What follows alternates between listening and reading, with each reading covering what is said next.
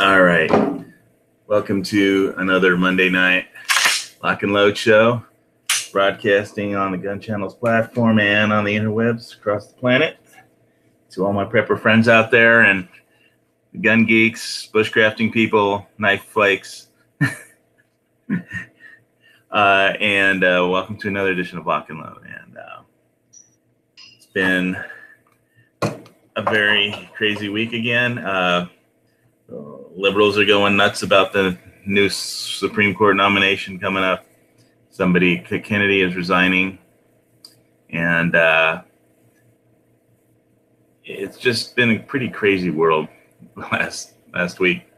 So I wanted to, because it kind of finished up on last week's show a little, because it kind of ended up on a dark note,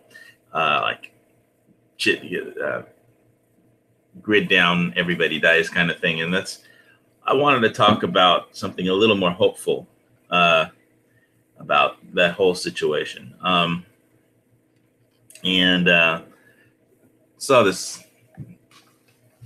interesting wasteland weekend. It's kind of a second event somewhere in California. So it's like cross between a concert, a costume party, and some people vendoring cosplay kind of stuff and I guess camping items.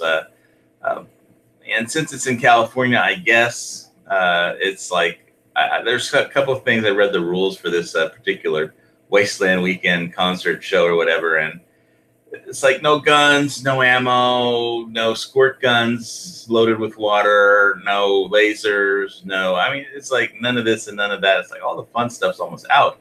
So I don't know what the guy is waving a prop gun or something, but in that particular picture. But it was interesting to look at it. It's just I'll wait till they have one in a free state and have a little more free rules there than the ones they had. So all right, here's kind of the first thing I wanted to talk about. If the grid goes down. And a lot of things can go wrong. We talked about some of that last week. The just-in-time shipping, shipping doesn't work. People start starving, and there'll be a lot of bad things that happen, and people will be put in bad situations. And here's the thing: it will get dark, and it'll be chaos. It'll be evil. And bad things will happen to good people who don't deserve it. And so I think the important thing to remember is that this works as in cycles. If bad shit happens and you can't give up and you can't quit, you just have to keep fighting. You just take one step at a time, put one foot in front of the other, and you go through whatever the pain is. And if you think you're going to die and death reaches out his black hand for you, you have to tell him to bugger off and come back in another 50 years. That's what I did. And because you're not ready to die yet. Because after the darkness passes and whatever has happened to cause some calamity, the dawn will break. You'll be able to come out again and walk in the sunshine. The grid will come back up, and life will be worth living. And instead of chaos, evil, and death, there will be light, sunshine, and goodwill among men. Will come back. But it won't be like that when the shit hits the fan, but it will be eventually. So it's just, don't quit. Keep fighting. And don't give up. Because you'll miss the dawn. And it's just... historically, I mean, the dark times will pass. I mean, they'll be bad. One false choice that I always hear about people arguing on prepper channels is like, do you want to bug in or bug out? Well, from my personal family experience, that wasn't the choice. When Hitler overran Poland, the choice wasn't bug in or bug out in Warsaw. The choice was, do you want to bug out or do you want to die? And bugging out was into the coldest winter into Siberia for my family, to get away from the Nazis. And so whatever happens, if the grid goes down and you have trouble finding food, fuel, resources, whatever it is, just keep going, and don't quit. And no matter how bad it looks and no matter how dark it gets, it won't last forever. It may last a long time, but it won't last forever. And if you don't quit and you can survive it, and just refuse to die. Okay? And if you can survive it, the dawn will break and the nightmare will be over. And so maybe it's something you have to like face death once to realize that, and the real possibility. But in this case, you don't. All you have to do is listen to the Lock and Load show. The secret is it won't last forever. So you just have to muddle through, put one foot in front of the other, and keep going. And I guess it's not easy to do sometimes. It's not. Just getting up and putting one foot in front of the other, it can be almost impossible. It can seem impossible, but you can do it, and you have to do it. And anyway, let's see. Squib is Dusty today. Dusty is out camping, so I don't think he's going to make it onto the show. He's out of the internet coverage area and of where he lives. And Squib is going to be with us after he gets home on his bike, and he's on his motorcycle with questionable brake pads at this point. And sent out links to the usual crowd, and there's one on the gunchannels.com/HPS side there. If anybody wants to jump in. Let's see. So I have Patrick with me from Texas. How things going down there in Texas? Oh, things are doing all right. We're just a lot of hot weather. Everything is still humming right along. How hot is it? I was reading today it was about 100 to 101 in the Dallas area, but I mean it's like I think it's like that across the whole state. So, all right, it's going to be a hot summer because it was hot early a couple months ago.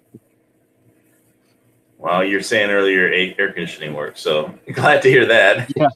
Yeah, I'm happy for the AC working in the house. Thank God. Yeah, well, the good thing about having AC here is there's so much fog in the air from the volcano lately. We haven't been seeing too much of the sun last few weeks. Really, it's been just gray, overcast day of mostly fog in the air, and it's like just gray, dreary skies, and it kind of gets old after a while. We had the sun come out for a couple days over the weekend, but boy, today it's just dreary.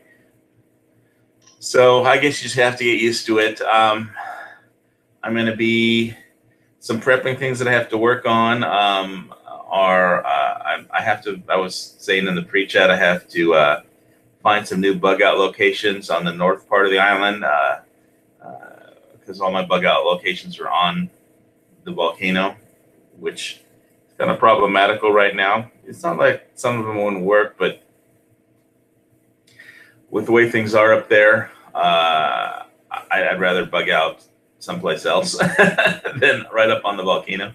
Like there's earthquakes every night. There's just tons of stuff. All the volcanic gases seem to be pretty much pumped, or just the wind blows them into Kona, and they just hang out and give us gray skies from all the sulfuric oxide and hydrochloric oxide and just dust from being thrown up into the air when the underground explosions. Basically, they aren't earthquakes; they're really underground explosions when the sides, because the magma has just sunken down into the volcanic crevasses and stuff, and it's not, so it isn't supporting the walls of the caldera, so the walls just kind of collapse into the magma pool, and then there's an explosion, and then it throws a bunch of ash up into the air, and it registers as a volcano, even though they know on the seismic monitors, but it's really explosions. So, well, I had a question. I had a question about that and all the gases and stuff that's thrown up in the air that you guys are dealing with. Is that those little bitty glass particles, those microscopic ones, a big issue for you guys over there? not on my side of the island. If it's the glass particles are the lays if from where the lava is flowing into the ocean. Okay. When the lava flows into the ocean, and that's basically it explodes and it creates microscopic glass particles. It's like it's flying asbestos in the air. That's only a problem on the east tip where in Kapoho, where all the lava is flowing into the ocean. Okay. We just get like plain old dust thrown up around that gets, and it's basically seeding the clouds. So it causes kind of rain, it's messing with the rain patterns, and the heat from the volcano is messing with the trade winds, and it's just the weather's kind of messed up. And until it all gets sorted out, I think nobody's going up into volcano. And boy, they raised I was saying in the pre-chat, they raised the GET taxes in Hawaii on the island. And now if you try and recycle your cans, the government won't pay out to the companies the deposits that they took in because the government's broke, and they're claiming it's all the fault of the volcano. It couldn't be that they just spent all the money on government raises for government employees and won't fire anybody, but it's never that. They're just broke. So they're blaming it because all 680 homes have been destroyed, so they can't. There's millions of dollars in property taxes that won't ever be collected again because the homes no longer exist. It's just a mostly flat plain of lava flow that just rolled over everything. Anyway, all right. Let's see if there's anybody actually out there on the YouTube side. Let's see. Check it out. When you run one of these shows, there's just like a million things. I see Steve D out there. You going to be in Kona anytime soon? I think Steve said he's going to be in Kona. Let's see. All right. I'm going to see if I could punch up any volcano videos. And I should have looked at that before I started the show, but we were just talking about shit and didn't really do too much preparation. Let's see. Press a couple more buttons. Me and my 10 billion bookmarks.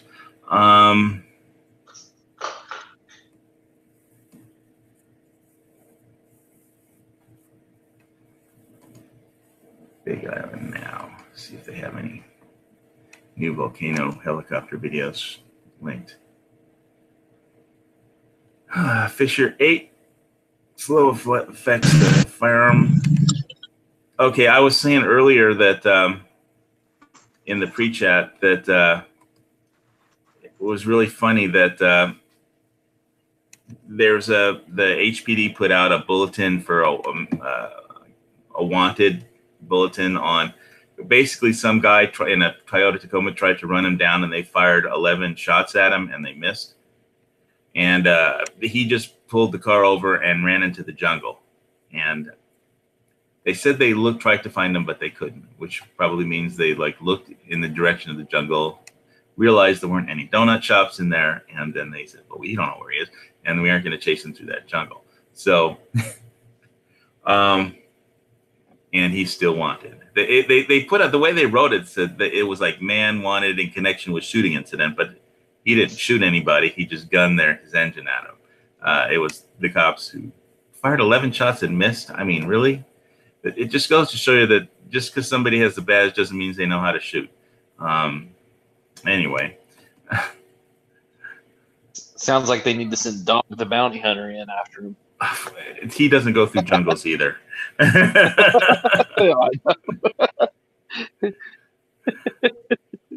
All right. Let's see. I'm going to punch up this video here. Let's see. Okay, this is on YouTube, not the Nat Geo one on the National Geological Survey. But is this going to be another crappy Sherry Brecken film?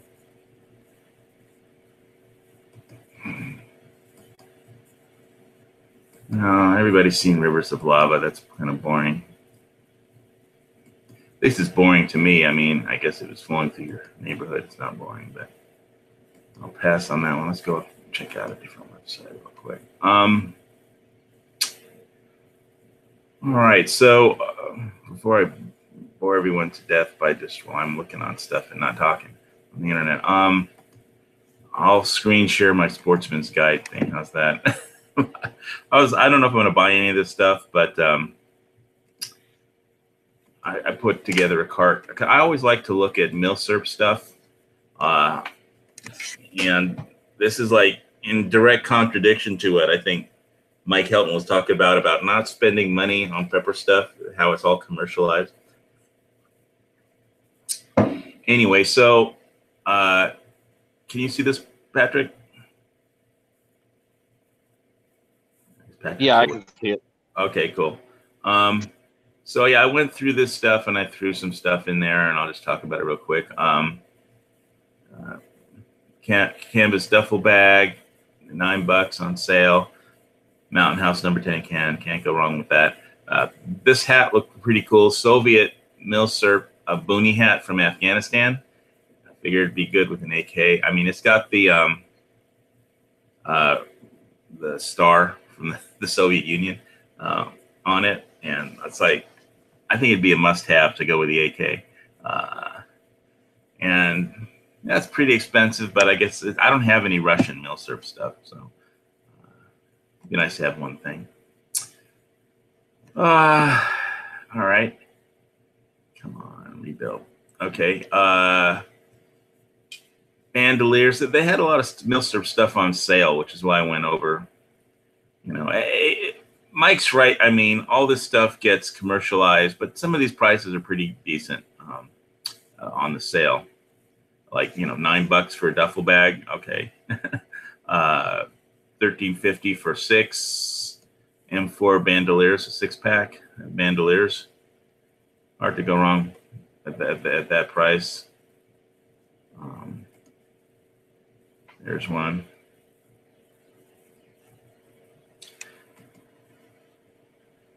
Never enough bandoliers, right?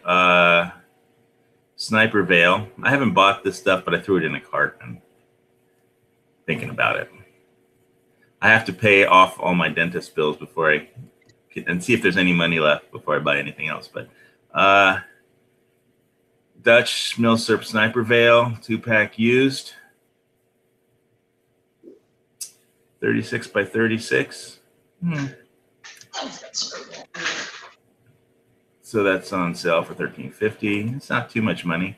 I'm not going hog crazy. I am waiting for my Canadian Prepper bug out roll. I think it's out for delivery, but the post office, they never fucking walk up the stairs to deliver it. And it's too big, I think, to fit in the post, the condo post box package thing. So they'll probably just leave a note in my box and tell me to go to the post office and pick it up because they're too lazy to walk up the stairs. Doesn't everything that's out for delivery in Hawaii mean just add 3 to 4 weeks? Well, this was Canadian Post too, so it's just a question of them not being able to walk up the stairs because they don't have to, and so they're not gonna. It's in the postal regulations that postal carriers don't have to walk upstairs to deliver packages if they don't want to. So they never It's in the postal regulations that they don't have to do a whole lot of things. Yeah. It's gotten to the point where if you're a business and you get a lot of mail, you're better off hiring a service to go pick it up at the post office than waiting for them to deliver it to your business, even though you're creating all this revenue for them. Isn't that great the way the government works sometimes? Well, technically, the post office isn't supposed to be the government anymore, but who knows the difference? They sure act like a government agency, I'll tell you that. Not at all responsible to the people or their clients. And well, no, wait, if they're not the government anymore, then that means you can conceal carry at the post office. Because, you're not allowed to conceal carry at federal buildings with federal employees inside. So if they're not the government anymore, then... Well, we'll just try that out and let me know how it goes. Well, I mean, if they don't see it because it's concealed, then nobody's going to object. But if they do see it, I'm sure they have a lot. I know they have a camera at the Kona post office, so they've got a security camera there. So whatever you do will be on camera. So conceal it well. This is the next thing I got was this, or put in the cart. Didn't buy it yet. French military surplus leather magazine pouches, a 4-pack for $13.50. I mean, I thought 4 leather pouches for $13.50 is a pretty good deal. And leather, I mean, wow. Are they Stanig mag pouches? It says French military issue. It doesn't say. It says wire belt handles, dual belt loops, top flap with buckle straps. I mean, can you see them? Let me see if I can utilize. I think those are for the show. They're what? They're probably for the show rifle. Let me see that again. No, show is Half Moon. No, I know. Those. Oh, is the MOS 36 detachable box magazine? I can't remember. It says 11 inches by 4.5 by 1.5. So 11 inches. How many inches is an M4 mag? I don't know. Let me get a tape measure. I know that's what how come we don't know this shit off the top of our heads? We're in gun channels. I can tell you an M16A2 is 39 inches long, which is 1 meter. All right, let me just grab this hex mag right here. This is 7.5 long by 2.5 wide by just under an inch thick. So yeah, I'm thinking it's for something like a MOS 36 or something like that. When they're World War II or post World War II semi-autos. Well, an M4 mag will fit in here, and I have 40 rounders and they'll fit. So all right. Yeah, that doesn't seem like I would think that you could get an M14 mag in that. So yeah, you should have room to spare. All right. Next item in my shopping cart. Check military surplus belt hangers, 10-pack for like another $13.50. So this is basically, they've got a sale on Milsurp stuff at Sportsman's Guide. And once you get me on Sportsman's Guide in the Milsurp category, I could just like endlessly surf the web for like hours. It's like how to entertain an idiot. Put them on the Milsurp Sportsman Guide category and just be happy. So yeah, this is put on your belt loop, wire, metal hanger, 10-pack for $13.50. All right, added that to my list. Things I don't want to run out of. Oversized duffel bag, check Milsurp, and so let's do duffel bags. It's only $9. Hard to go wrong with that. And leggings, $18. I don't know. I threw them in there. U.S. military surplus Western brand leggings. Did you ever wear leggings when you're in the Corps? No, but I saw a reenactor do it for one of our classes. One of the Marine instructors that was, because we had to learn history, right? He actually was dressed up in World War II. Oh. No, World War II, because they had the leggings there in at least the beginning. But that's all canvas and lace up, and it looks like it would suck if it was soaking wet. But yeah, Madras Arsenal. He's a reenactor he has World War I leggings, and it was interesting watching. He like showed you how to use them and stuff. He has anyway, so ever since I saw that video, I've kind of, it's one of the things I was interested in. And I imagine they protect you if you're hiking through the bush, right? That's what they're for. Protect your legs and your shins from getting all cut up if you're hiking through the bush. Yeah, and see, that's just it. It's a trade-off between protection and comfort. I mean, we did not wear a lot of body armor because the stuff was hot and heavy and that sort of thing. And nowadays, everybody's wearing body armor. I mean, we didn't have knee pads, and that might have helped for some of the times, like when we were, running through Combat Town or a few other things. But all that stuff slows you down, and you get hot and sweaty, and it's just, leggings won't slow you down. I mean, it's canvas leggings. You can't weigh that much. Yeah, but okay, like for just I guess a short walk or when you're on base, probably not. But like if you're going on a 20-30 mile hump through the jungle, right? By the end of the day, you're going to feel like you had ankle weights on. So it's a trade-off. Do you want that extra protection? You don't want elephant grass slicing through you or whatnot. I don't know how much protection it would give you against a snake bite. I bet it's better than just having camis on. Well, there's no snakes in Hawaii, but okay. Well, for you, we'll import them. But it's like with anything. You can have the best plan, but then when you get there, you realize maybe this wasn't the best idea. Either you don't bring enough stuff or you bring too much, right? So, but better to bring too much and shed it than not have enough. Depending on what I'm doing is how much extra gear I'm going to be putting on. If I'm staying in one place, maybe this extra gear isn't too bad. If I've got access to water so I can rehydrate, this extra gear isn't too bad.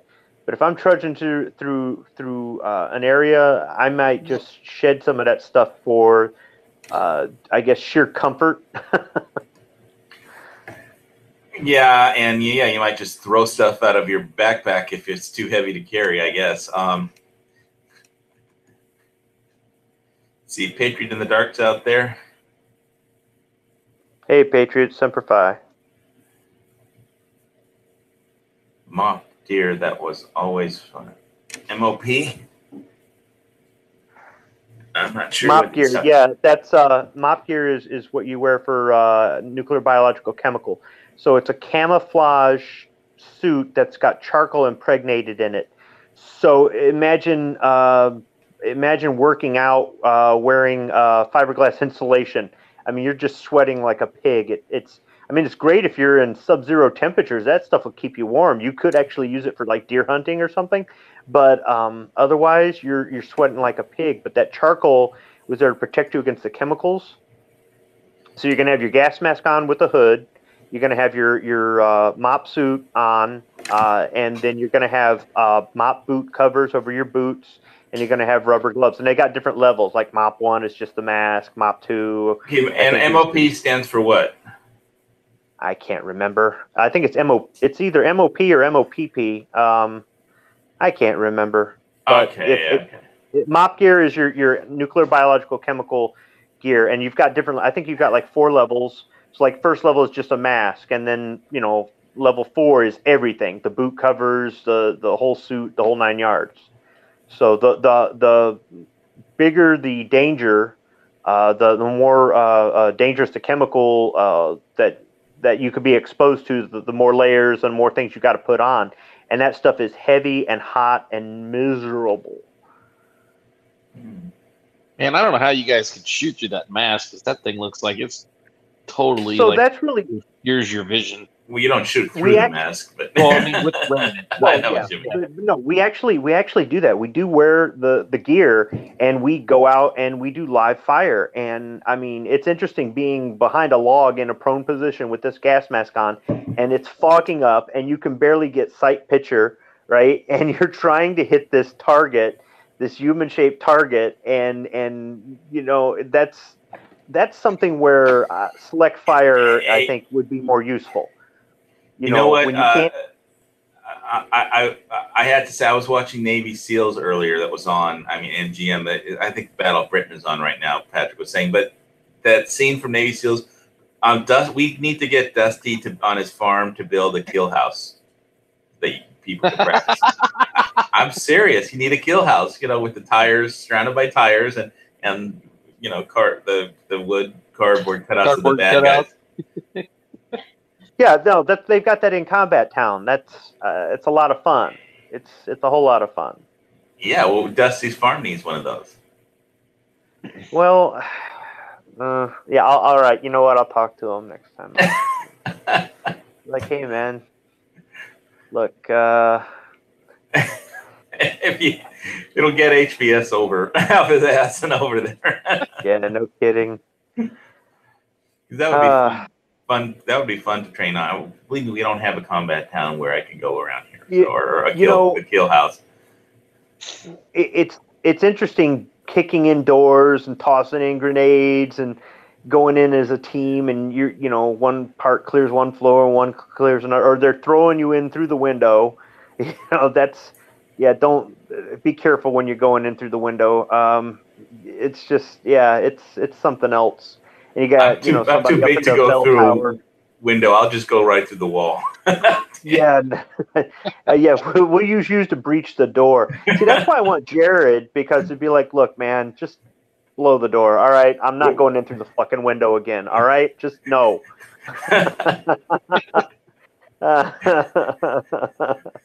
Or just give me a ladder. I'll climb on the roof, and then I'll jump once, and it'll collapse underneath me. I'll breach the roof. But that's a funny thing, though. We didn't do that because we weren't training for IEDs being everywhere. But apparently in Afghanistan, they carry a ladder with them, and they walk from rooftop to rooftop with this ladder to avoid walking in the streets because they got IEDs in the street. And I'm like, damn, that's some harsh stuff. It's like, who wants to carry the M240? I do. Who wants to carry the extension ladder? I do. And one guy has to have a sledgehammer on the team. He has to have a sledgehammer if they have to bash through a door. And I was watching one of the Iraqi combat shows in about, I don't know if it was Fallujah or somewhere, but basically they had a snipers. They took a building and were using it as a sniper's nest, a sniper's hide. And before they went out, they saw that the building was assaulted by the bad guys, but it was a diversion so that the bad guys could plant an IED at the front door. And they were lucky that they saw it, but there wasn't any other exit to the building, so they had to bash a hole in the wall because they knew they saw an IED at the front door with a command wire going across the street, and it was like, well, we aren't going out the front door. We need to make another way out. So somebody on the team always carries, one guy is assigned to carry a sledgehammer. I guess the ladder, if you're going to carry a ladder, that would have to be assembled by multiple people. I mean, one guy carries half the ladder. I didn't actually. I heard about it. I didn't actually see it, so I don't know if they've got something that's lightweight and you just rope ladder. People carry how with a heavy machine gun you have 3 guys carry it. There's not one guy carrying that thing. It's separated into 3 pieces, and you got 3 guys carrying this damn thing. So I don't know if they would do that with a ladder. I don't know. That was just something we didn't train for. I tell you what, though. A lot of times it was, we just can't risk that there may or may not be a bad guy in there. So toss 2 grenades in the window, and then after they go off, kick the door in and just shoot everything. And that was, pretty easy to do. Just that works. I hope there's no civilians in there because, sorry about that. Yeah. Sorry about that. That brought me up to something else. What happens is in the after action report, when you got the officer that's writing it up, questioning you, you'd be like, sir, I thought I saw a muzzle flash, and you're pretty much covered. So, I mean, it's just wrong place, wrong time. I'm going home, so whatever. But yeah, there's some stark realities to war. I'm not saying it's pretty, and I'm not necessarily justifying it, but it's not. I mean, that's why. I mean, obviously, going through a kill house is practice, and it can be fun because it's nobody gets killed. So, Oh the no, real you thing. can still get hurt. You can still get hurt. I mean, Well, you aren't we it's not war, it's practice. So it's yeah, but I mean, there were times where we used live ammo, and then there was time where we used blanks and flashbangs.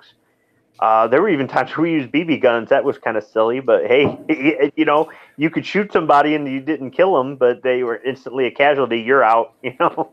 But yeah.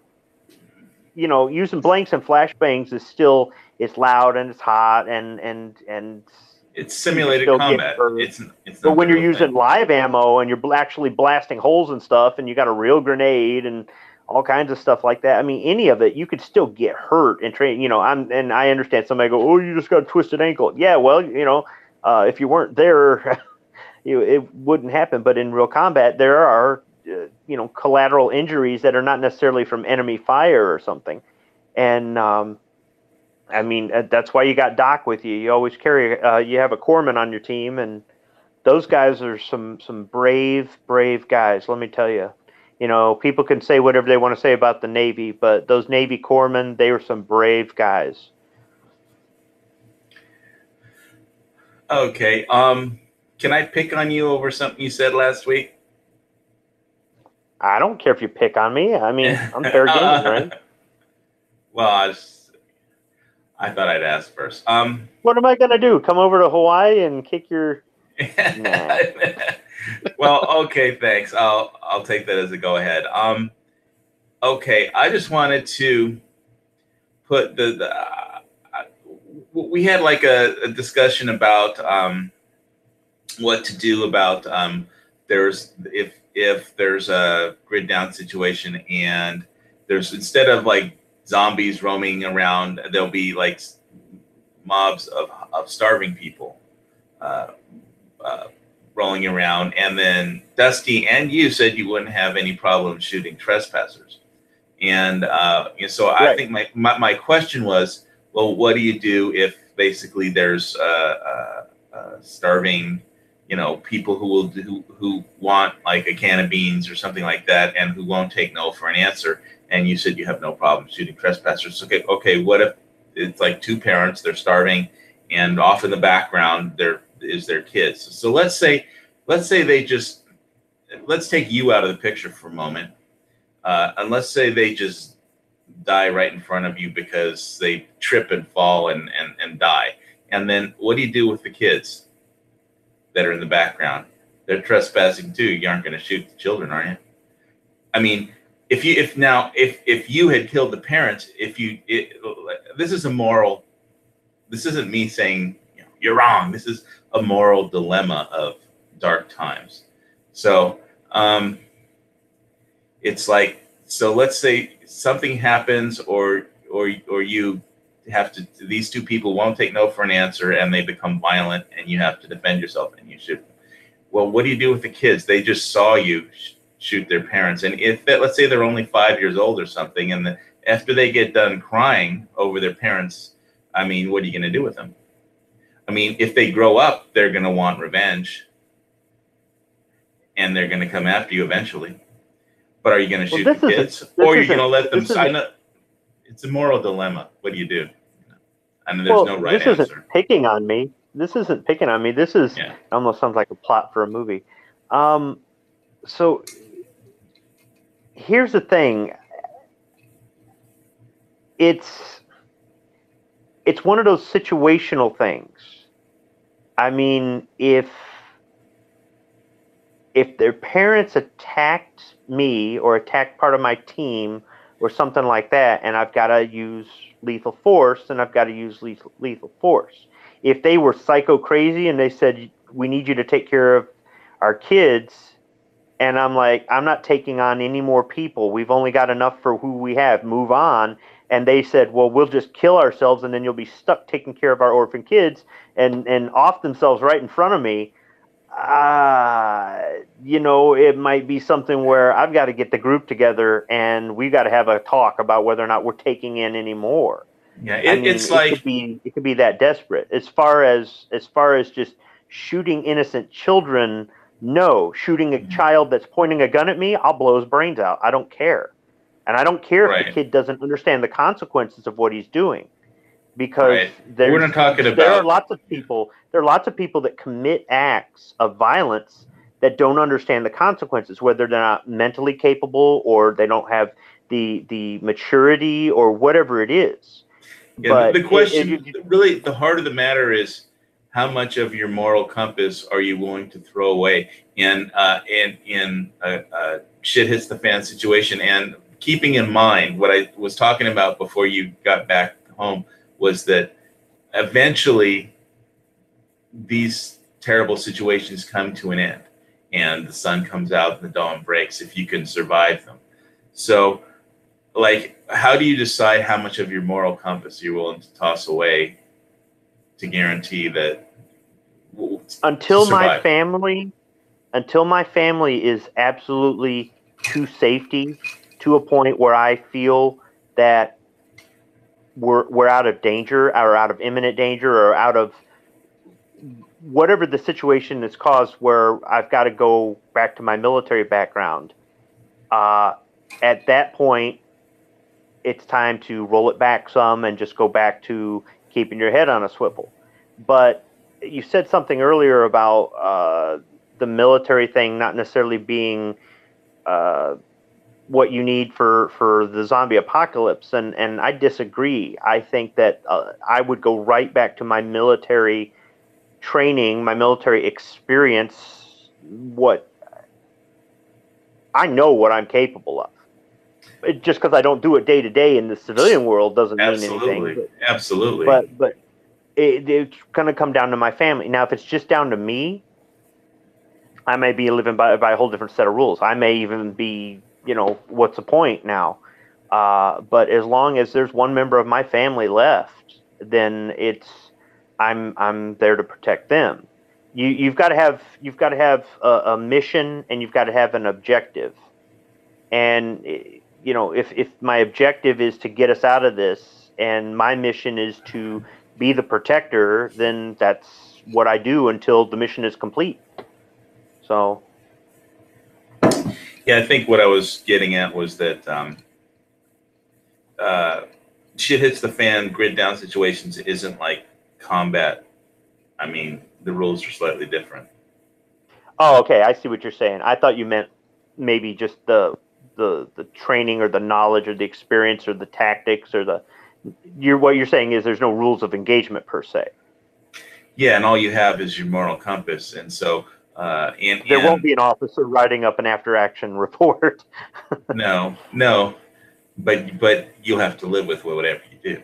So yeah, but just because I could do something that somebody would say is so violent or so whatever evil or something in a life or death situation, protect my family, doesn't mean that me walking down the street I want to shoot everybody I see. It's not like that. Now, there are people that are messed up in the head that can't separate the past experience from the present, or the reality that's around them from their fantasy world, or whatever the heck it is. But there are times where you got to be able to turn stuff off and on like a switch. It's not easy, and it's not mentally healthy, but you do what you have to do in the moment. So, yeah, day to day, none of this zombie apocalypse stuff really applies to day to day. I mean, we talked in the past about prepping is more than just getting an Afghan boonie hat and some water filters. It's about having money in the bank, or keeping fuel in your tank, or things like that. So there's stuff that you can do for prepping that is not necessarily SHTF, that is day to day.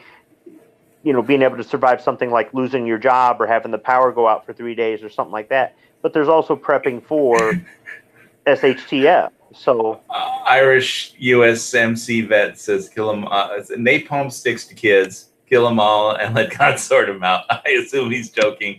But that's no. That's no. How did that song go? Napalm burns all the children of the world. Red, yellow, black, and white, something other. Napalm burns all the children. Yeah, we used to sing that song when we would run. Yeah. Okay, and you can go, Wow. oh my goodness, they're a bunch of insensitive animals. You've almost got to joke around about it in order to be able to survive when you actually do go into a village where the bombs dropped short and there was accidental civilian casualties, or they thought they were bombing a military target because they had an anti-aircraft gun sitting in the middle of the village and they were using the people as cover, and they didn't know, or they had no choice. And then you've got to go in there afterward, and you got to smell this burning flesh, and you find out that there were women and children right around this anti-aircraft gun or whatever the hell it was. And you've got to see that, and you've got to live with it. So when you're in training, when you're running, you're singing songs about killing and other stuff like that. It sounds kind of silly to somebody who hasn't experienced anything like that, but you use it to harden your mind.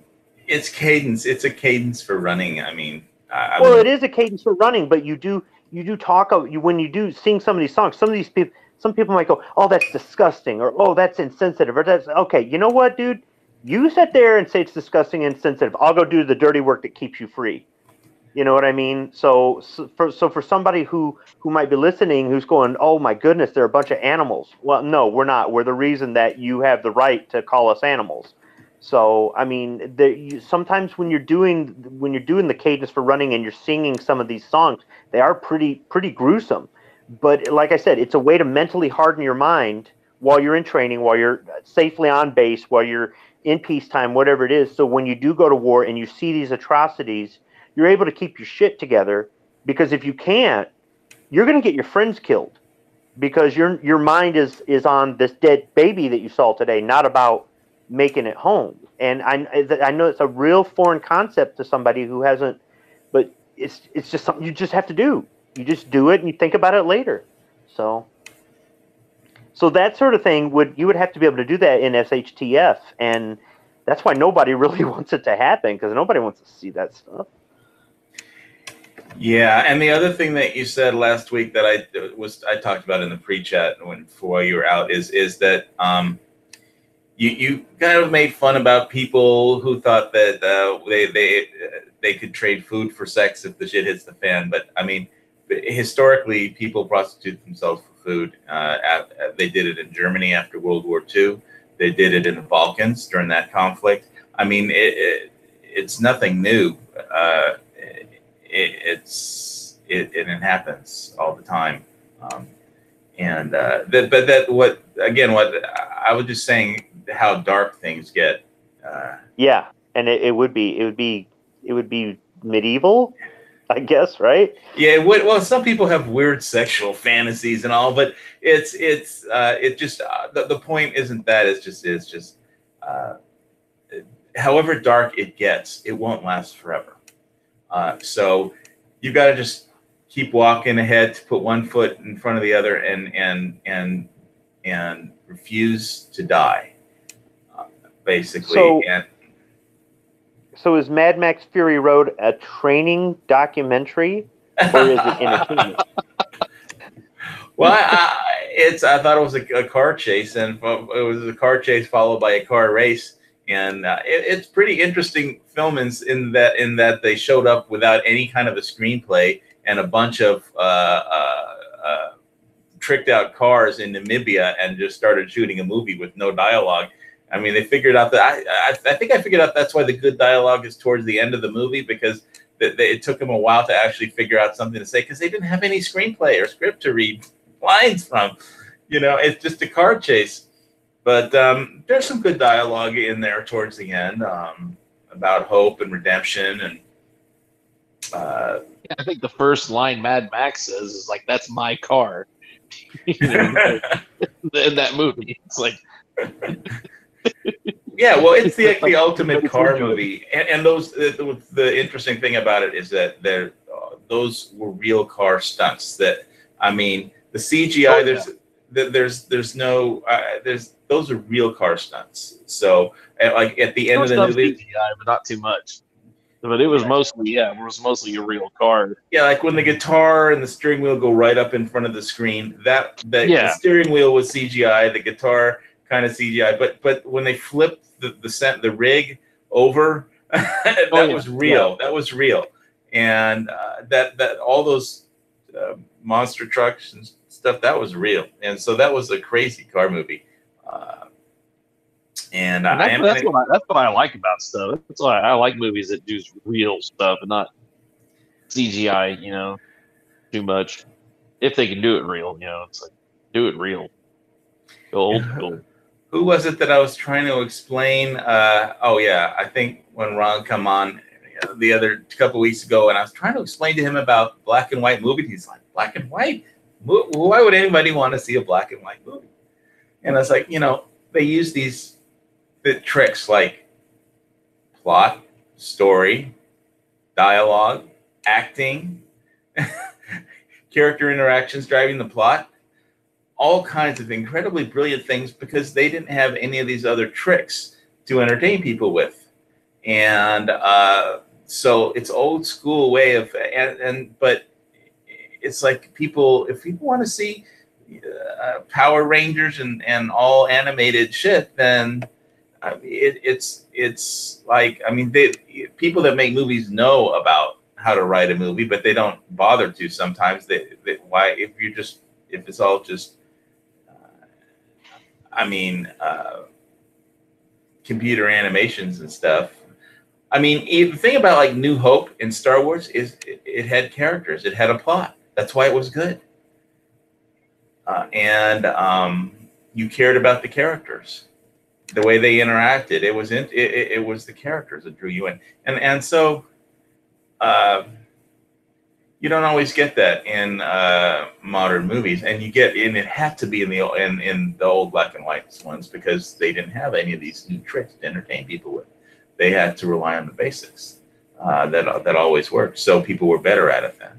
So in a sense, that part of the films of the classic movies that I like to watch in Turner Classic Movies are just almost always better than the modern shit that they put out in the theater. That being said, I'm going to go see Sicario 2 this week for sure. So, well, it's like I'm watching the Battle of Britain right now, and gosh, they just showed literally a half a dozen Heinkel HE-111s and another 12 ME-109s. Real airplanes, not CGI. Real airplanes in 1969, and that wasn't that long ago. And there's only a handful of these things ever left. Because what was it, Dunkirk? My God, I think they used a real Spitfire, but they didn't crash it. That was not a real one that crashed. But they only used one real plane in the whole movie. Because that's all they had left. But they couldn't make this movie again today because there's not enough. They'd have to do it all computer. And yeah, well, Howard Hughes made Hell's Angels with real airplanes. That was one of the first war movies with airplanes. That he spent so much money on, it was ridiculous. But Hell's Angels, which was one of the names for the Flying Tigers, and that's for something that's real interesting about China, especially as we go into, that the people in China have such a good memory of the all volunteer group, AVG, the Flying Tigers. It's like they love those guys, and it's like that's why. It would be great if we don't ever have to fight China in a war again. They really like American military.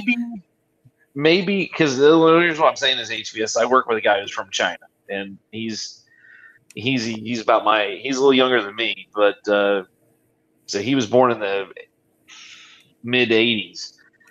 Maybe the older people in China know about it, but as far as the younger people over there in China, they don't teach anything about that.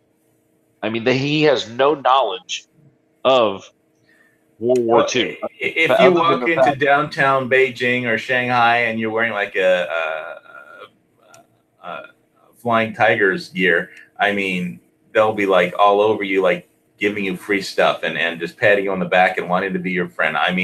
Maybe young kids don't, it's if that way everywhere. Kids don't know history. Well, yeah. Well, he even says they didn't teach about any of that in school over there.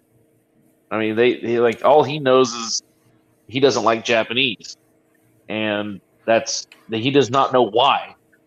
He does not know the history of Flying Tigers. He doesn't know how the United States helped the Chinese during World War II, and how the Chinese, helped us and we were in a really good friendship. He knows nothing about any of that. Well, the All he Cultural knows is- Revolution with Mao took out a lot of history, and Oh yeah, yeah. because that was with the Flying Tigers when Flying Tigers were around. China was being run by Shanghai Chek before the Mao and communists took Oh over. yeah, yeah. This was all. Yeah, it was all. Yeah, all that was before Mao took it over. Yeah, they know. There's a lot of people over there who don't know anything about it. It's like, wow, holy crap. I said, ask your parents.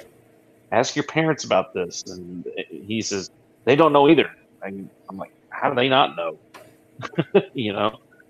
I mean, I said, man, you can look it up and then learn about it here. And know your country's history that was not just what was fed to you. Well, it's different in communist China where they control everything, including the internet, and it's a different country. Oh, yeah. But anyway, okay, quick question. What's your guys' favorite prepping item?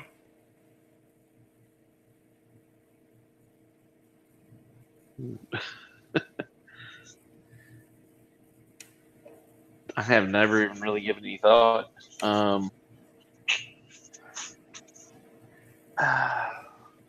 Squib, you got a favorite prepping item? A flathead screwdriver. A flathead screwdriver. You know, I've done so much work. I've taken apart damn near half a car with that. Just a little pocket screwdriver. You would be surprised at what you can do with just a little pocket screwdriver. Okay, well, my favorite prepping item is whiskey. It is. All right. So, Patrick, are you going to go with screwdriver as well? No, I would have to go, with probably big old ice cold water. Because I tell you what, man, I don't care what you say. I don't care what anybody says. If you're dying of thirst, it's a hot day or whatever. Nothing hits the spot like a big old glass of ice cold water. Even in the wintertime sometimes. Wait a minute. I'm hearing this. Hang on. I moved. I'm getting a commercial somewhere from something. Let me turn this one off. Something must be an autoplay. I don't know. Oh, I know what it is. It's my Bitcoin mining program, I bet. I turned it off. I just turned it off and okay. I think I fixed the problem. It's my Bitcoin mining app. It sometimes plays advertisements. And I thought I had it on mute, but I think I didn't mute it this time, so. All right. Didn't mean to drop the B-bomb. Moving on. Okay. Let's see. Irish USMC bet says batteries. All right. That's not a bad one. Yeah, that's a good idea. Yeah. I got to buy some new ones. So I'm waiting for my Canadian Prepper bug out roll to arrive. I'm probably going to have to go to the post office and pick it up because they don't. The postal workers don't want to ever have to climb up the stairs to my condo, so they just leave a note usually saying, "I know it's out for delivery today, but I'm not going to wait by the post office thing downstairs." Patriot in the Dark says boots. It's his favorite prepper item. That's good. Yeah. Yeah. Damn good pair of boots. That's hard to beat too. Yeah, soldier lives on his feet. All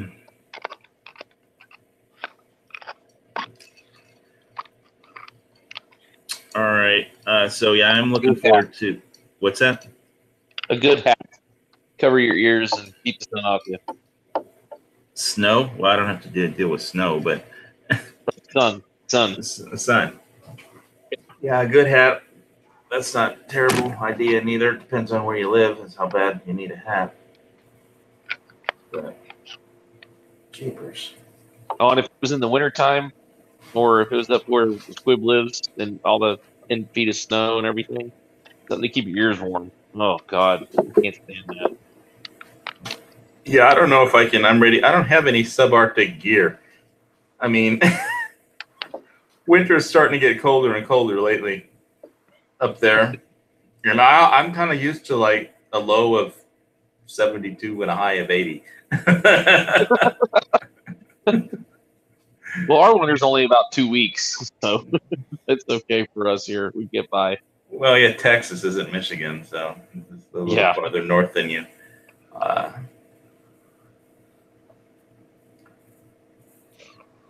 All right.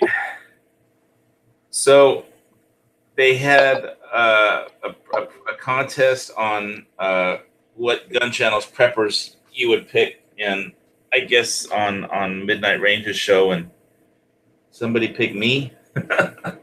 And after all the bigger gun channels people, I guess. Yeah. I think you were top 4. Okay, well, that's not too bad. I mean, there's a few people on gun channels, so I guess at least I made it into the know something about prepping category in people's subconscious online. Well, people know that you talk about prepping and stuff like that. Somebody thought that you were in the military, so they thought your military. Well, I had to explain that, but they thought your military experience would be helpful. And then, yeah. So, my military experience would consist of getting somebody who has some on my team, because I don't have any. Well, that's just it. I mean, you already have that on your team, so I mean, if I'm in Michigan, yeah. You know, the hardest thing is just getting over there to rescue you from the island, I guess. So, well, you guys might have to come over here to bug out from your nuclear reactors melting down. And then I'll have a bunch of Michiganers in my condo or something, or my bug out location. Is that what they call you from? That's a Yiddish term, Michiganers. It means crazy people. Michiganders? Oh, I prefer the Yiddish version. Michigan. Michiganian, but a Michiganist, that'd get arrested for. So, one of the things, sir, you're being charged with third-class Michiganese.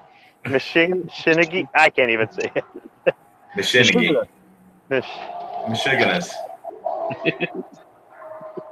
Michiganus, that's Yiddish. Anyway, so another thing that I talked about, I think last week's show, was on Alone versus Naked and Afraid, and the complete lack of group dynamics and the ability to work together in a group, like to survive. I mean, literally, if I was on the show Naked and Afraid, I would just bring a katana.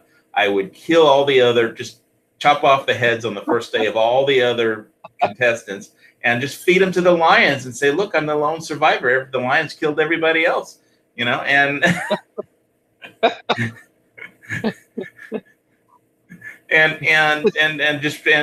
could. Okay, I mean, when you're filling out the application, don't you think there's something in the rules about you cannot kill the other participants?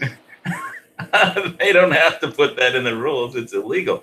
But there's probably something about not committing any crimes. No, but wait a minute. This is filmed in some third world country where murder might be legal. Okay, that's all I'm saying is, you know, don't they do it like over in BFE or something? Well, I'll just blame the lions. I mean, who's going to be able to know if the lions ate everything? I mean, who's going to say whether I chopped off the head before the lion ate it or after? I mean, it's a little, but seriously, guys. I mean, I know that when you're in the military, you have to follow orders or else. But if you're in a survival situation, you have to work together or else. And it's just stunning how these people don't get that, and they'd rather fight than live, or in this case, win whatever it is they're trying to prove, whatever point it is, by trying to survive 40 days naked in Africa. That's because they know there's cash involved at the end, and they know that they're going to be taken out. Well, there's cash in Alone. In Alone, there's cash. The winner gets cash, but not on Naked and Afraid. It's just like it's just proving. Well, but they also know that the world is still living and the world is still going like it is every other day. Now, if it was different, their mind might change. That's the only thing I would think of is, So hey, they know it's just a So TV show. I just wanted to put forward that that group dynamics would be managing group dynamics. That should be like a basic thing that people have to plan ahead on being able to work in a group, because these people don't know how to do it. Whatever skills they have, and it's just something. It would seem to me, and if the grid goes down and shit hits the fan, you would have to be able to work in a group effectively to live. Yeah. no, Most you definitely. bring up a great point. You know, in last night's top 5 list, and forgive the noise in the background, I'm watering my garden. In last night's top 5 list, I know a lot of people were just having fun with it and they were joking around. They weren't being serious necessarily. But I'm listening to some of these choices and I'm thinking some of these people that they're picking, if this was a real scenario, I realize that we're separated by several states and getting everybody together is not as easy as it is as opposed to just doing a post-apocalypse story. But some of the people are really sensitive. I'm not going to mention any names, but there's certain people that if you put them in a group dynamic, it's their way or no way. Or if you say something and they take it the wrong way, they're going to get all bent out of shape and they're going to be hurt and they're never going to get over it and they're just going to keep thinking about it and bringing it up, and that's all they're going to be about. And that's something, when you've got a group dynamic like that and it's survival and you're counting on each other, you've got to be able to forgive and forget. You've got to be able to sit down and talk out your differences. You've got to be able to, there's a time where we're going to take a vote, and then there's a time where we're going to do what the leader says and stuff like that. And you've got to take all that sensitivity and shove it. Seriously. Yeah, I mean, what you have to do is save it for if somebody really pisses you off, then beat the crap out of them the first day after this shit hits the fan is over. Wait until the well, no, I mean when you're really relying on each other, yeah, maybe you can go behind the woodshed and duke it out like men, the way we used to back in the day, you know, before everybody freaked out and started having workplace violence and stuff like that. But other than that, though, I mean, seriously, if you can't dump your feelings and move on, if you're going to keep dwelling on it or whatever, or I mean, if you're the anchor in the group, and I don't mean that you're the strong one holding everybody together, I mean you're holding everybody back, and you're being told get off your ass and participate, and you just want to turn everything into they're all over me, they're making fun of me, they're this, they're that. You're not going to survive, and you're not doing the group any good. And there are people that just they can't get beyond, you know, if it isn't their way, it's got to be wrong. And it's like, no, there's more to it than that. Or just the whole, you know, you're the dead weight and everybody's carrying it and you don't even feel the slightest bit bad about that. No, you cannot be like that in a survival situation. And if you're just going to hang on to things and you don't ever want to talk things out and work things out, or even be able to really go, you know what, I'm going to have to change for the better. I've got to be a participating part of this group. I can't just be the dead weight that everybody's taking care of and stuff. If you can't do that, then you're going to be no good to the group, and you might get kicked out or worse. And that's the sad thing is, I understand that we're not in SHTF right now, but you can just tell by some people's personalities right now how they would be in a doomsday situation. And I don't necessarily know that some of them I would want on my team, because I'm not pulling around dead weight. Very, very true. I mean, that yeah, and you also got to then sometimes just suck it up and just do the work. You got to do it. You got to live. You got to survive. And if you don't agree with what somebody says, okay, tough. Don't agree. But get things done. Work together. You have to do that. If you don't do it, nobody's going to survive, or you're not going to survive. You know, I mean, it's kind of like HVS. You were saying earlier, you know, do you mind if I pick on you, dude? I didn't consider any of that picking on me. But if you were really picking on me, I mean, I'm okay. I pick on you. You can pick on me. It's fine. I'm not worried about it. If it's something really that bad, I'll talk to you all about it off air and be like, hey man, just that's something that's a line not to cross, and I can just handle it. You know, we can be like men, right? Well, in SHTF, you're going to have to be like that. You're going to have to you're going to have to bite your lower lip and take your orders, or maybe do something you don't want to do, and then later you go and, all right, hey, dude, this isn't going to work, or what? I mean, there is a time where you're going to have to make an outburst in front of the whole group and call somebody out on their bullshit, but you don't do that on every little thing. And there's another issue is you've got the same kind of people that are sensitive, and every little thing bothers them, and they can never let anything go or move past it or go, you know what?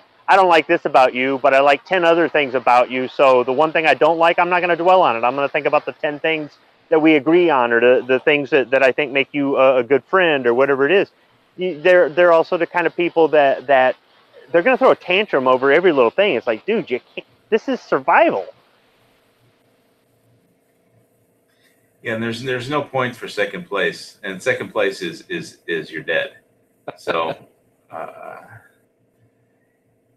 in a loan, in a loan, like, the first place is $500,000, second place is zero, but you're still alive and you get to go home. If the shit hits the fan, first place is you live, second place is you're dead. Hey, wouldn't it be great though for a loan? First place, you win and you get $500,000 and you get to live. Second place and on, you all die. Well, I mean, you want to talk about motivation for the contestants, well, right? nobody would tap out. You may as well throw away the satellite phones. Nobody's going to tap out because somebody will show up and just shoot you. I mean, of course, death may be preferable to some situation that you find yourself in.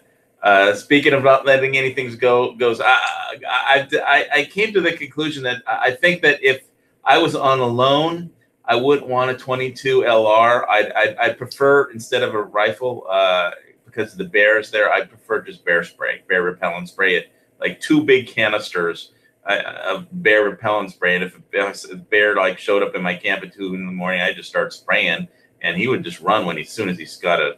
Wait a minute, those are your only choices? Is bear spray or a 22 long rifle? That's it? There's no like 44 Magnum revolver option or something?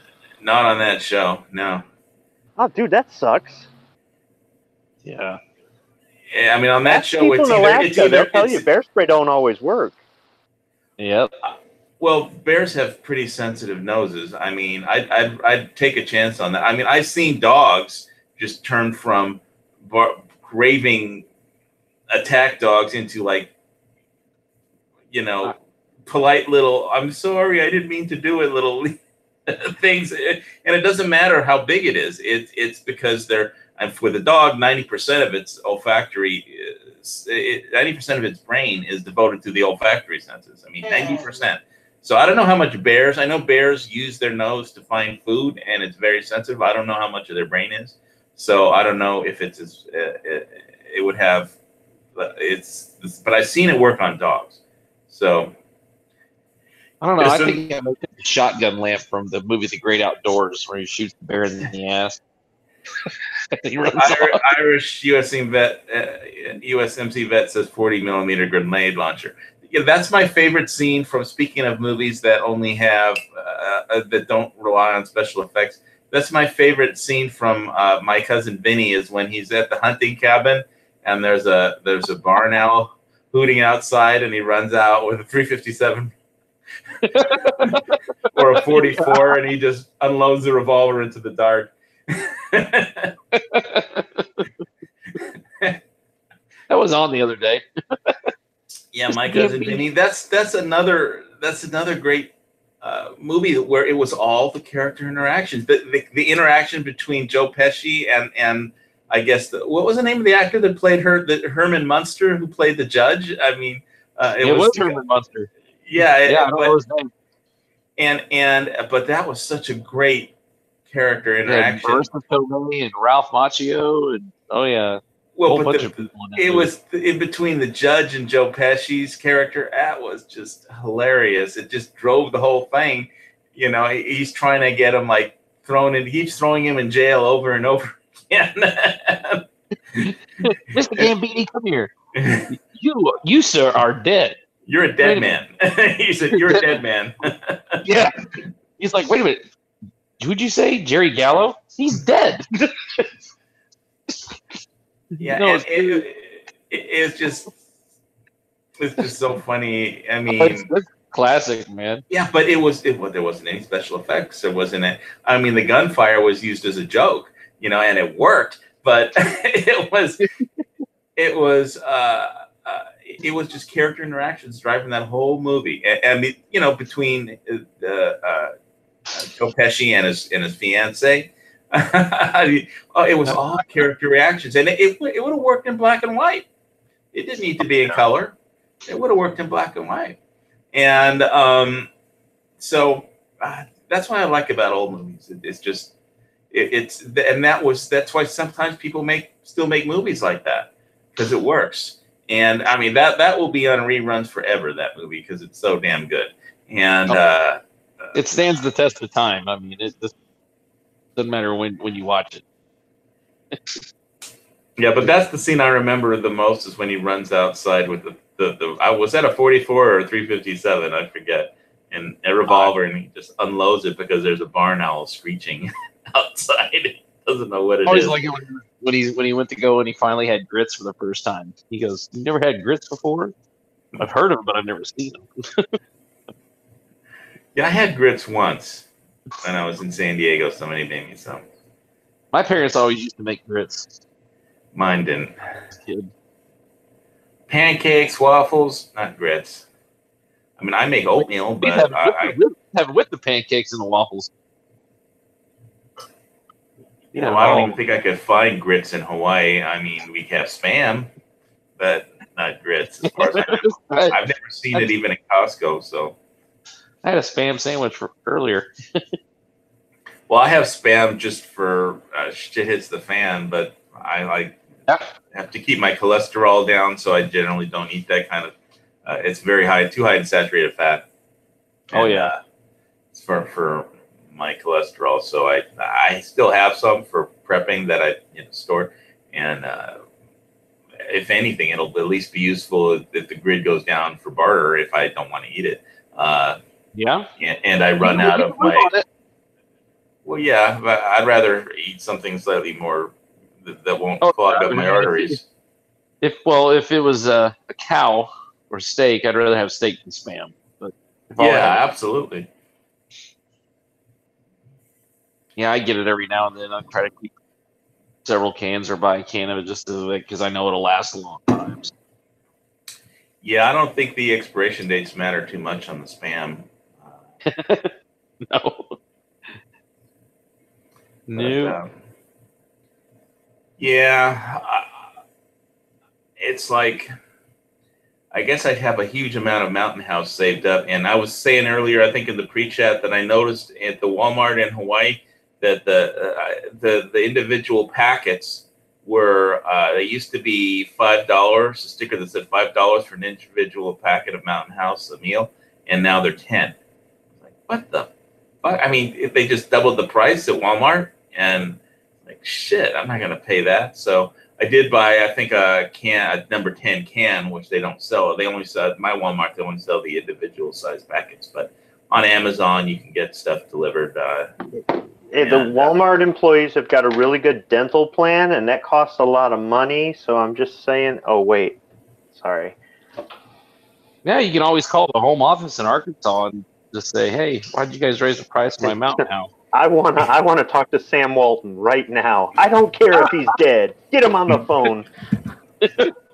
Oh, if he was alive today, he'd be pissed. The way his company's ran. Not his kids or grandkids, whoever runs it.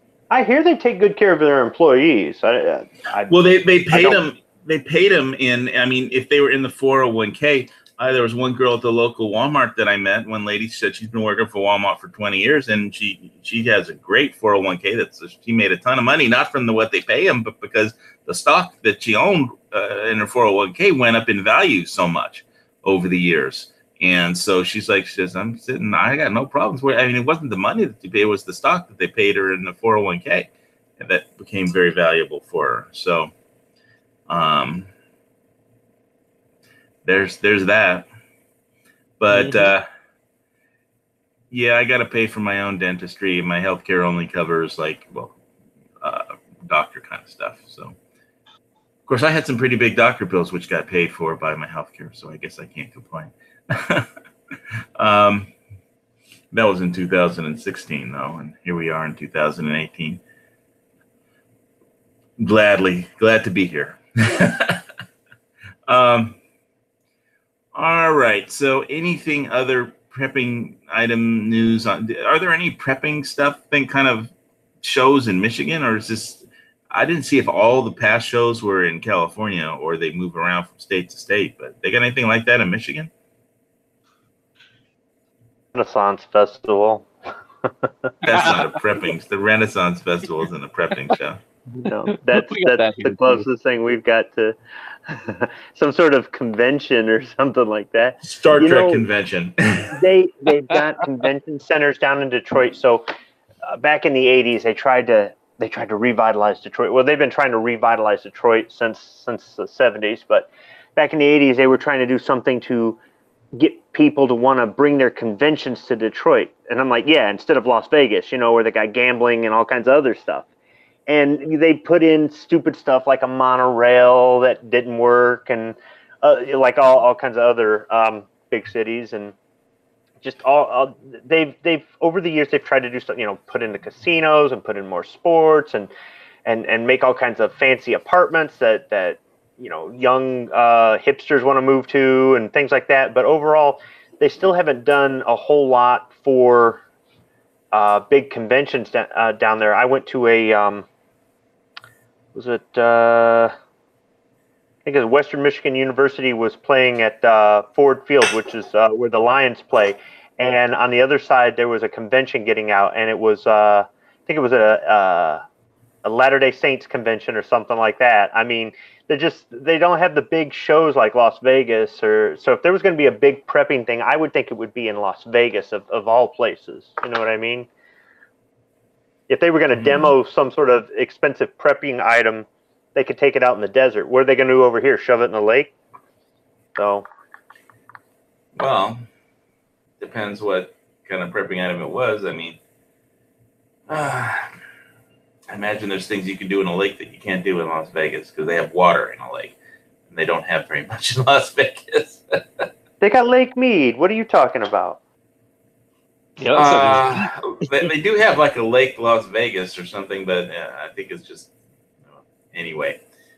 So they got a ditch that runs off of Lake Mead, and it feeds Lake Las Vegas. They got condos over there, if you'd like that, and they got a little casino, and they got a nice restaurant with a steak and. Just because I live in a condo doesn't mean I like it. What was it? It was some sort of mixed drink with vodka and a steak for like $10. Well, but yeah, Lake Las Vegas is small, and it's nice, and it's not in town, and well, anyhow, you don't want a condo. I had something. No, I said I don't like condos. Just because I live here doesn't mean I like them. Now I wanted to talk about. Just when I thought California was doomed and unsavable, but there's something that happened in California of significance. You know what it is?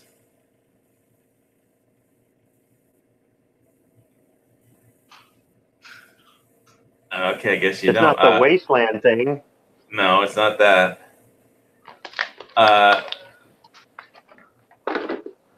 The Lakers hired LeBron James for 4 years. Oh God. Yeah. I don't even think that's noteworthy news. LeBron James, he sucks. He's a jerk. Well, what if they get Kawhi Leonard also? I mean, those two would. You've never heard of him? You live in Texas and you've never heard of Kawhi Leonard? No. You heard of the San Antonio Spurs? I quit paying attention even to the Mavericks a couple of years ago. Okay, yeah. Well. We started sucking after we won our NBA championship. Well, I have been going through hell. I mean, the Lakers have been shit for ever since Kobe and Shaq broke up their bromance and Shaq left for Miami. The Lakers have been, it's just not fun to watch. It's been like watching somebody die in slow motion for like the last decade. And so, I mean, it's like the Lakers. I might be able to watch a Lakers game and they could actually win. I mean, that's like shocking. I mean, in LA, it's like everything's when Magic was playing and Kareem and Worthy when in LA when there was a Lakers game on, everything stopped. Whatever you were doing, everybody stopped and watched the game. And I don't think it'll be like that, but it used to be, and I remember those days. So it was something. But I don't think that it might make people who live in California have something to live for because the state politics is just screwed up. I don't know if California can be saved, but if anybody can save it, maybe the Lakers winning. I mean, I wonder which of those Californias they'll be in if they break up California into 3 states or something. It'll be in the Southern California. I think probably. they'll be in California. Yeah. I think they'll be in Southern California actually, but I don't know for sure. Yeah, I think that's the one that's going to keep the name if they split. Well, who keeps the debt and the pension liabilities? It will be the problem. They'll all just point their fingers at each other and say, well, we don't know who's supposed to pay, so we aren't going to pay, and nobody pays, and then they'll have an excuse for actually not having enough money to pay altogether. And Hawaii has the same problem, but it's not as bad, I think. Well, I don't know. Maybe it is. They just raised the general excise tax on the Big Island a little bit, and it's. Speaking of that wasteland thing going on over there, that convention or festival, they actually, I saw this yesterday, they actually have a zombie shoot house going to be happening in Dallas this weekend. A zombie shoot house? You got to go in and shoot zombies?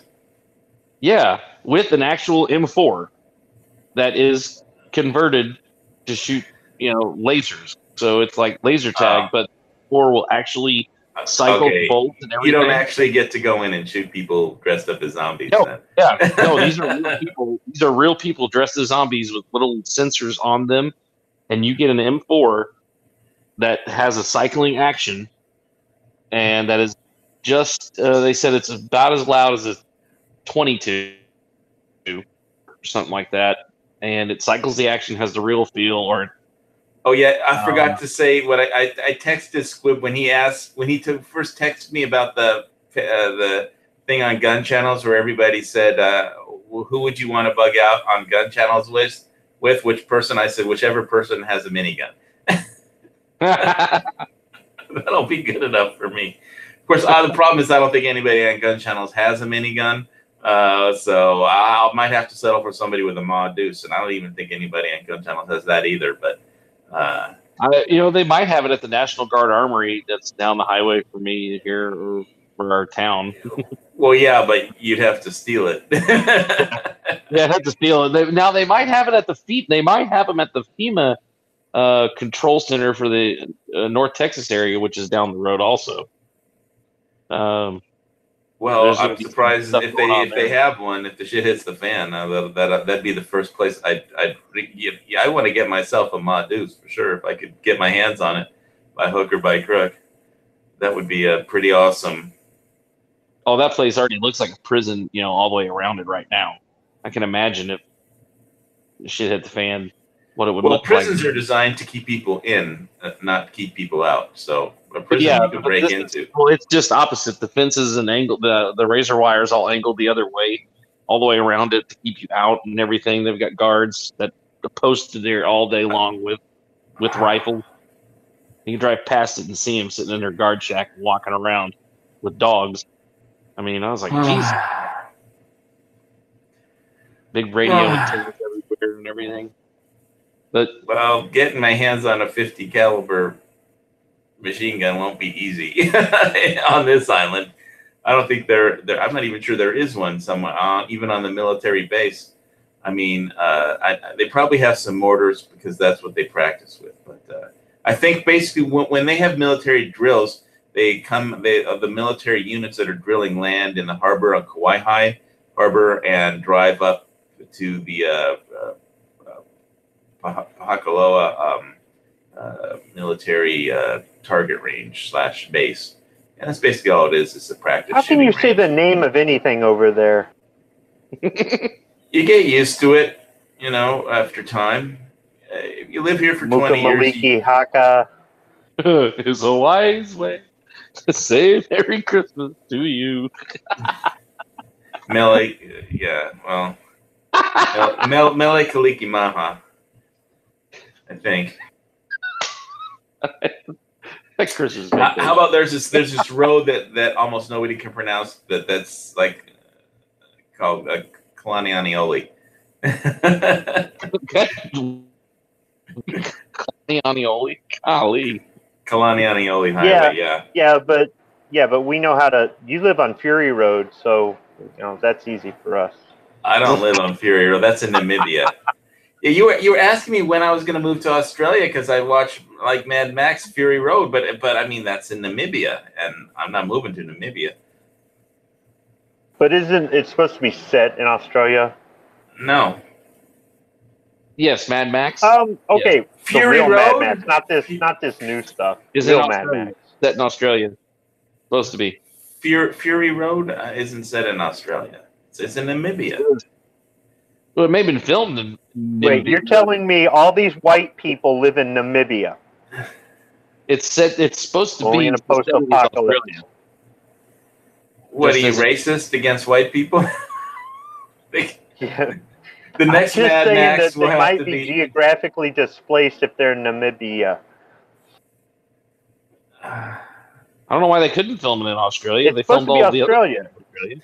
Well, Yeah. well, probably because it's just a different landscape. I mean, and No, they needed that one scene with the gigantic sandstorms, and that I don't think that was CGI. That sandstorm, that was a real sandstorm. They could have filmed that in California.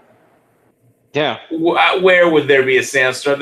There's never been a sandstorm like You that. get a wind machine and a sand dune, boom, sandstorm. Not going up like 10,000 feet into the sky. I mean, come on, man. That's just not going to happen. I mean, in Namibia, that would be natural for a sandstorm like that. In California or Australia, no. You can even fake that with a wind machine. They don't have wind machines that big. I mean, they don't exist. Well, they were that big in the Dust Bowl. I know that. Here. Well, But it whatever. wasn't filmed.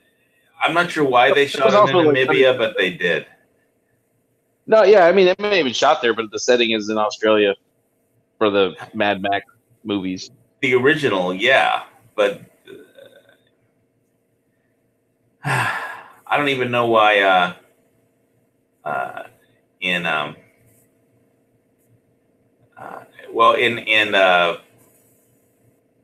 In Braveheart, Mel Gibson plays. I mean, why is an Australian playing a Scottish person? You know, I never did figure that out. Isn't there anybody from Scotland that could play William Wallace? They had to go to Australia to find somebody. Anyway.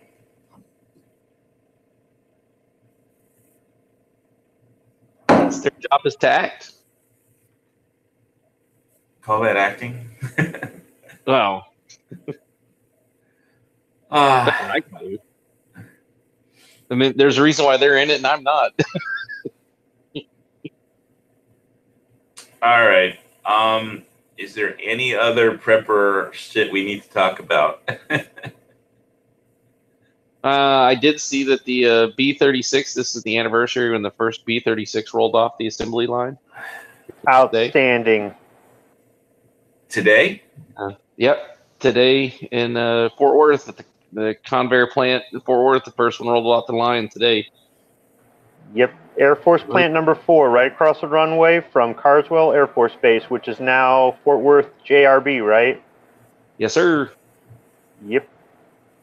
It was one of only 2 runways in the entire country that could hold up the landing gear on the original design, because they had Three. a original. Three. Was it 3? I thought It was 2. Carswell, Lindbergh, and one other place. One place out in California, I thought. Yeah, Lindbergh in San Diego, Okay. and Carswell, and I don't know where the third one was, but there was a third one that'd do it before they went with the bogey system to spread out the weight. Yep. Because they had originally just 1 or 2 giant wheels under the wing. At tandem or by, I don't know what they call it. But yeah. They had to switch to the bogies to.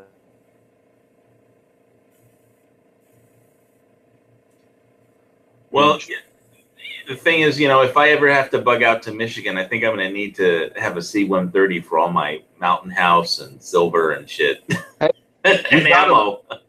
We got them right down the street at Carswell. They fly there out of there all day long. Oh, they going to fly a civilian with all this repping gear to Hell Michigan? Yeah. Hell Do I yeah! have to do a halo jump out over Dusty's farm? Nah, we can land it. We'll get the rocket assisted or the jet assisted takeoff, rocket assisted takeoff models on the side if you needed to, take off. Is that a big? Is that most C-130s aren't equipped with those, right? I mean, No, it can be retrofitted. They can put them on them all. how long does it take to put them on? One. Probably about an hour. That's it. Yeah, probably not even that much.